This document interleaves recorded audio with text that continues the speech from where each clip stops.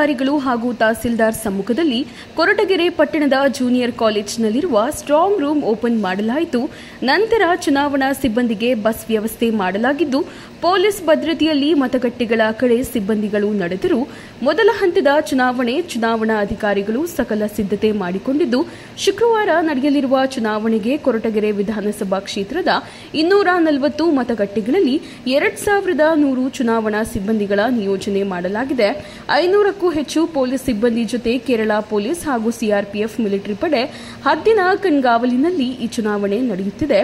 18 ವರ್ಷ ಮೇಲ್ಪಟ್ಟ ಎಲ್ಲ ಮತದಾರರು ತಮ್ಮ ತಮ್ಮ ಕ್ಷೇತ್ರದ ಮತಗಟ್ಟೆಗಳಿಗೆ ತೆರಳಿ ಮತದಾನವನ್ನು ಮಾಡಿ ಪ್ರಜಾಪ್ರಭುತ್ವ ಗೆಲುವಿಗೆ ಅರ್ಹರನ್ನು ಆರಿಸಿ ಎಂದು ತಹಸೀಲ್ದಾರ್ ಮಂಜುನಾಥ್ ಮನವಿ ಮಾಡಿದರು.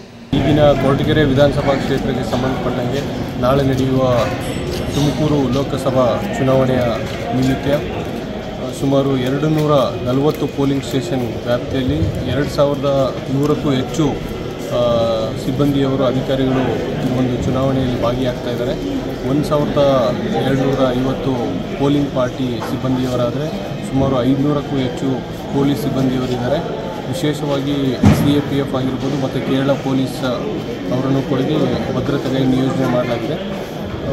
ಈಗಾಗಲೇ ಎಲ್ಲ ಸಿದ್ಧತೆಗಳನ್ನು ಮಾಡ್ಕೊಂಡಿದ್ದೀವಿ. ಈಗ ಇನ್ನೇನು ಪೋಲಿಂಗ್ ಪಾರ್ಟಿಗಳು ತಮ್ಮ ತಮ್ಮ ಮತಗಟ್ಟೆಗಳಿಗೆ ಹೊರಡ್ತಾರೆ.